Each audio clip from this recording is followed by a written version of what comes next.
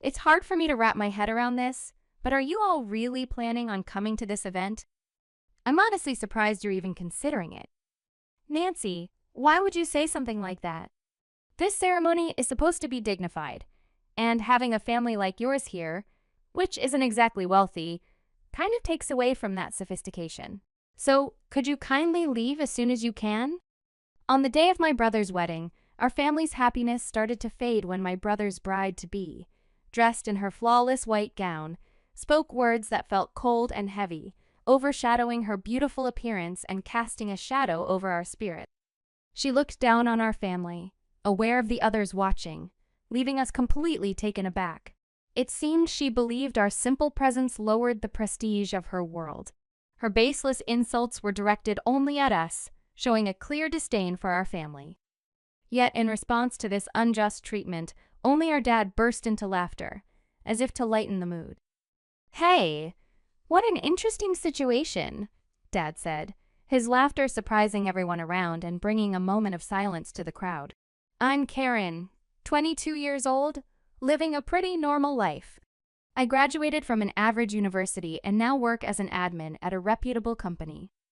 Ordinary is probably the best word to describe my journey so far. My dad, on the other hand, is a renowned figure in neurology. After years at a university hospital, he started his own clinic. Now semi-retired, he focuses fully on brain research. The clinic is currently managed by a protege of his. My parents and friends often ask why I didn't follow in the medical footsteps. They expect a lot from me, but I always say the same thing. The responsibility of dealing with life and death is too much for me. I want to make a difference and help people, but that doesn't mean I'm ready to take on the noble role of a doctor." My brother James, however, chose differently. 3 years my senior, he's always been academically brilliant and got into a prestigious medical school directly. He's also quite handsome, which makes him popular. But his academic and social success seems to have changed him, especially after a certain point. Back when I was in high school, my brother's social life took off after he got into medical school. His dates became the talk of the town, and his trips home grew few and far between. Though he was supposedly immersed in university life, his social media painted a different picture, one where he was often seen enjoying the company of various women. This pattern didn't escape our father's notice, and it sparked a family argument when my brother dropped by home after weeks away. During this rare visit, my dad confronted him, visibly upset. "James, can you explain what exactly you're doing with your time at university?" James, ever the casual one, shrugged it off. "What's the big deal, Dad? I'm passing my classes and doing fine with my grades." But Dad wasn't having any of it. "It's not just about grades," he said sternly. "Being a doctor is more than that. You need to be able to understand and share the feelings of your patients." James, impatient, replied, That's such a hassle. Nowadays, if you're skilled, you can be anything. Can we not stick to these old-fashioned ideas?" Dad was taken aback and deeply upset by his response. James grew more defiant. "I can't stand this oppressive vibe. Please, just stop interfering in my life, Dad." During these exchanges, my brother boldly stated his views, not sparing me either. He made it clear he thought little of me, saying things like, "You're nowhere near my level. Clumsy as you are, you're lucky to have a brother like me." Every time he visited, he'd throw insults my way. Growing up, I'd always measured myself against him, which left me unable to stand up for myself. Despite finishing his medical studies, my brother hit a roadblock. He passed the national exam but couldn't land a job at any healthcare facility. He was confident in his abilities and even applied to 2 top university hospitals, only to be rejected by both. It turned out the issue was his attitude during the interviews. We learned what really happened through some of my dad's friends at those hospitals. Despite his qualifications, his lack of experience and, more importantly, his demeanor in those interviews seemed to be the deal breakers. My brother displayed an arrogant demeanor, confidently asserting that he could boost the hospital's finances, and openly mocked our father's advice to prioritize patient empathy with a disdainful chuckle. Upon learning about my brother's predicament, my father, torn between disappointment and hope, addressed him with a blend of calm and authority. "James, You'll start working at our family clinic for now, he proposed. My brother was taken aback. Why should I do that? My father calmly but firmly pressed on. It's a temporary measure until you find your footing elsewhere. Use this time to get back to the basics. James accepted, albeit grudgingly, his face a mix of resignation and discontent. His attitude toward our family was unmistakably filled with resentment. Yet, in his confusion and frustration, he was embraced by our father, who offered him a chance to start anew. Whether motivated by paternal love, professional ethics, or another reason, my father hoped James would evolve into a compassionate doctor. Despite this, James showed no signs of wanting to meet those expectations. Now employed at our father's clinic, patient grievances about him are frequent, and rumors of his poor conduct spread widely. Instead of improving, James's egocentric behavior has intensified within the clinic. He boasts about eventually succeeding our father as the clinic's director, causing unease among everyone. We're left to hope that, eventually, my father's sincere wishes will resonate with James. In the midst of this, James brought home a surprising guest to introduce to us as his fiancée A. "This is my fiancée A," he announced with assurance. We were rendered speechless by the abruptness of the introduction. While his fiancée A appeared sophisticated and well-mannered at first glance, there was something off about her demeanor and smile that made me uneasy. The way she looked at our family with a subtly arrogant smile raised questions and discomfort within me. I couldn't help but wonder what lay behind that unsettling presence. Was it all in my head, or was there something more to be wary of? The unease I felt since the day we met my future sister-in-law lingers. Despite my reservations, the wheels for my brother's wedding were set in motion. Since getting engaged, my brother, who once lived by himself, started coming home more often. Yet, these visits weren't about cherishing family time. They were about seeking financial aid from our parents for his upcoming wedding. Just the other day, he was asking for a significant sum for the wedding, I remember. "James," my father began, "I'm glad you're getting married, but as someone about to start a new family, you need to connect with each patient genuinely." "How many times will I hear this lecture?" "I engage with my patients enough," James retorted, clearly annoyed. "Then why do we keep hearing complaints?" "Some patients have even asked to switch doctors," my father countered, citing specific incidents to make his point. "Those complaints probably come from not meeting their expectations." "They should just listen and not complain all the time," James snapped back. My father, with a sterner voice, said, "Your attitude is the issue. It's affecting the hospital's reputation. You need to understand the seriousness of this." James, irritated, conceded, "Fine, I get it. Be more empathetic, right? If that's what it takes, then help me with the wedding costs." I want it to be memorable for Nancy. We were briefly moved by James's fervent appeal. After some thought, my father agreed with a condition. "Okay, James, but you must become a responsible doctor and a supportive husband." "Yes, Dad. I'll be the dependable doctor you envision." "If I keep my word, will you help with the wedding?" James promised. "Deal. We'll support the wedding," my father concluded, hoping James would live up to his promise. "I'll have the estimates for you later," James said, and when he finally sent them over, the figure was a staggering $50,000. Holding the estimate, which took me by surprise, I turned to my father unsure. "Dad, are you sure about this? Are we really going to spend so much on the wedding?" A wedding is a once-in-a-lifetime event. James wants to make it memorable for Nancy and himself, and I understand that desire, Dad explained. But I couldn't help wondering if this was just my brother being extravagant. "But $50,000, Dad. Isn't that a bit much?" "It's okay, Karen.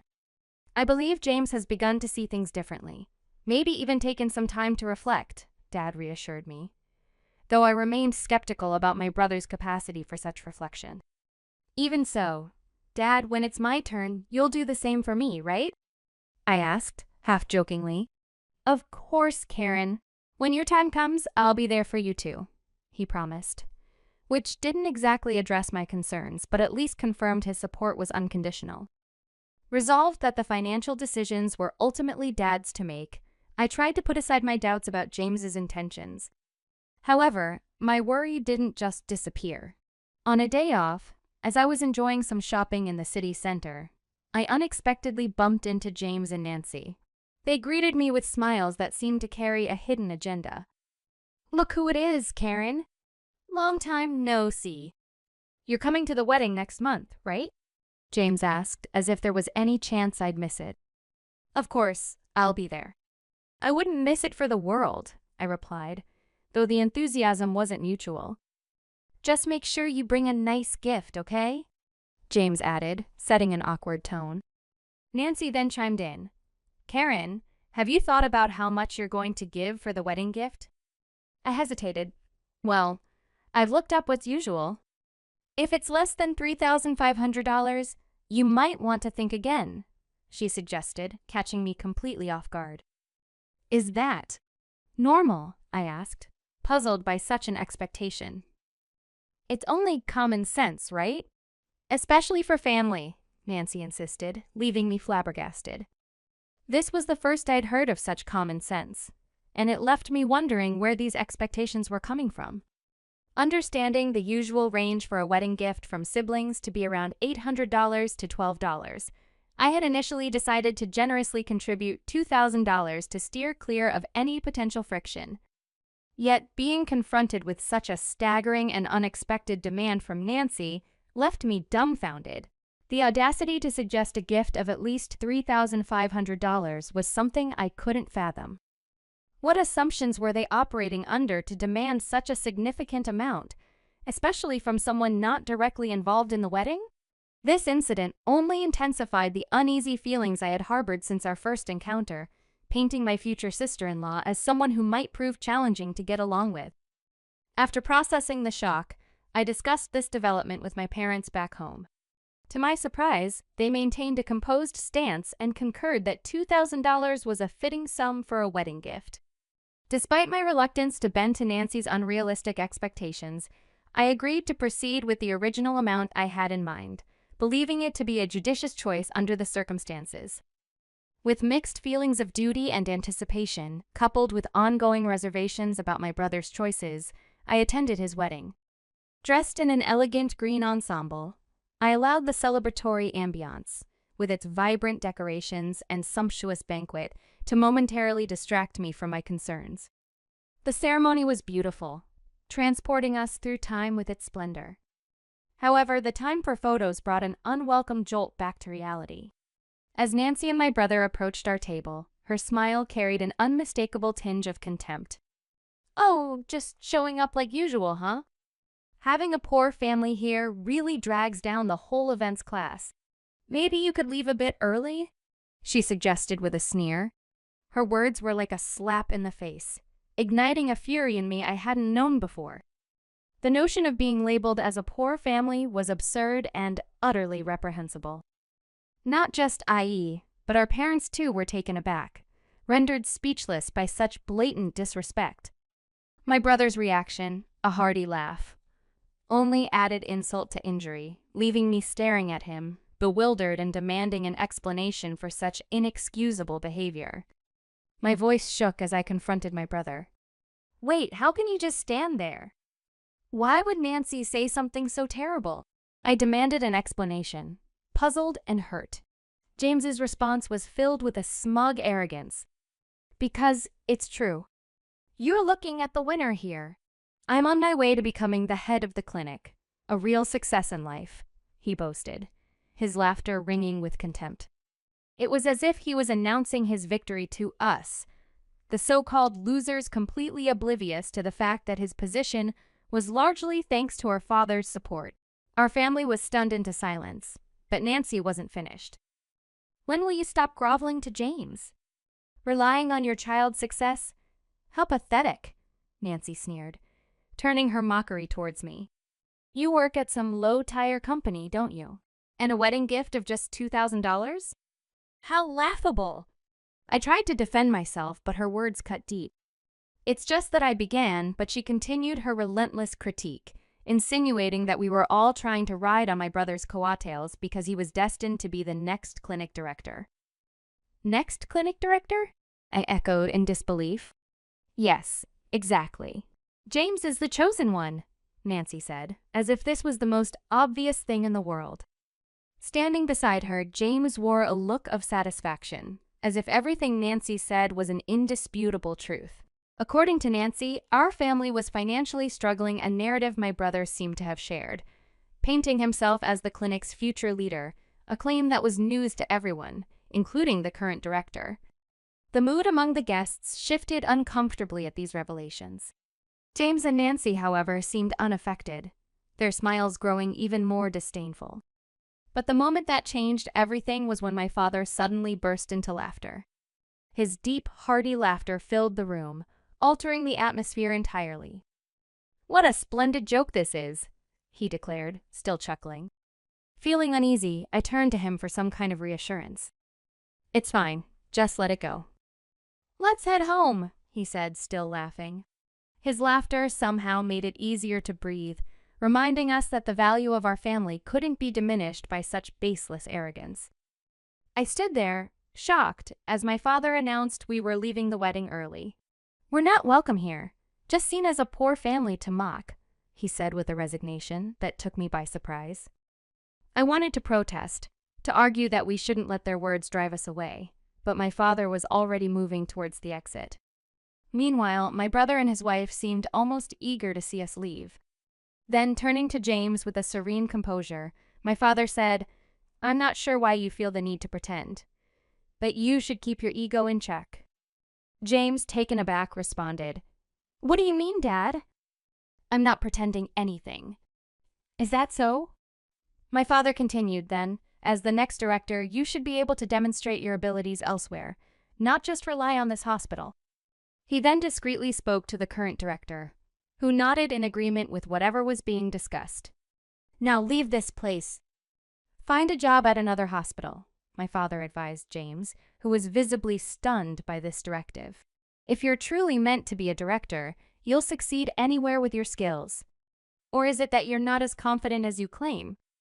Caught off guard, James fell silent, his defiance melting away. Nancy, by his side, turned pale, gripping his arm tightly, unable to comprehend the situation. "James, what's going on? How can your dad dismiss you like that?" James remained silent, his body language reflecting a turmoil of emotions he couldn't articulate.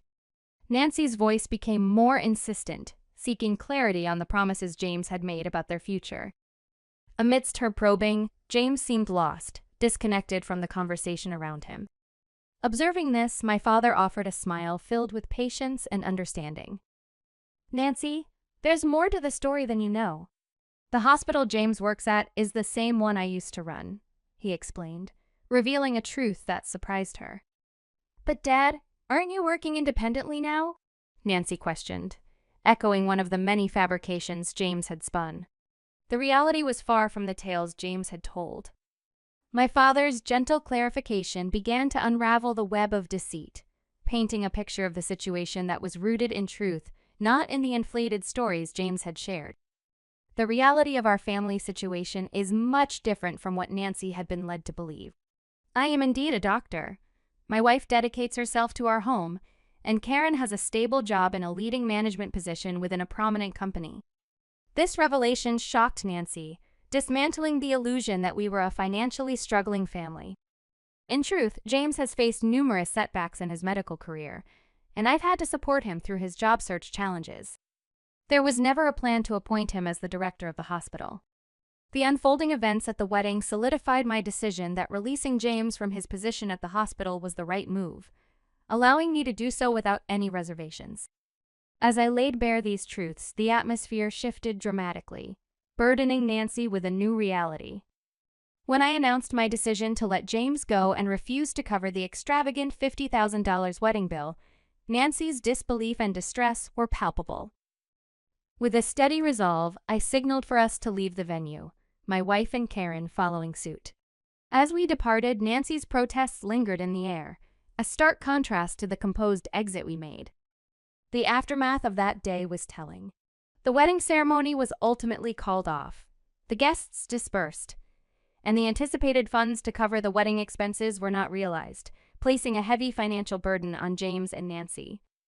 Both found themselves jobless, with Nancy having quit her job in expectation of a more comfortable life, and James, despite being a doctor, struggling to secure stable employment. The financial strain forced them into debt as they scrambled to manage through part-time work, their hopes of securing positions in reputable hospitals growing dimmer. As for our family, we've moved past the incident, no longer engaging in conversations about my brother. My parents have shifted their focus away from his future, bringing back a sense of peace and contentment to our home. This experience has underscored a crucial lesson: no matter one's intellect or qualifications, without empathy and respect for others, acceptance in society remains elusive.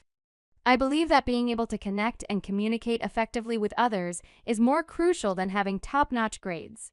This is something my Fath Nancy Eyre has always emphasized, and it's a principle I hold dear. I'm dedicated to becoming someone who can really resonate with people on a personal level. Moving forward, I'm committed to putting even more effort into enhancing my ability to interact and build meaningful relationships with those around me.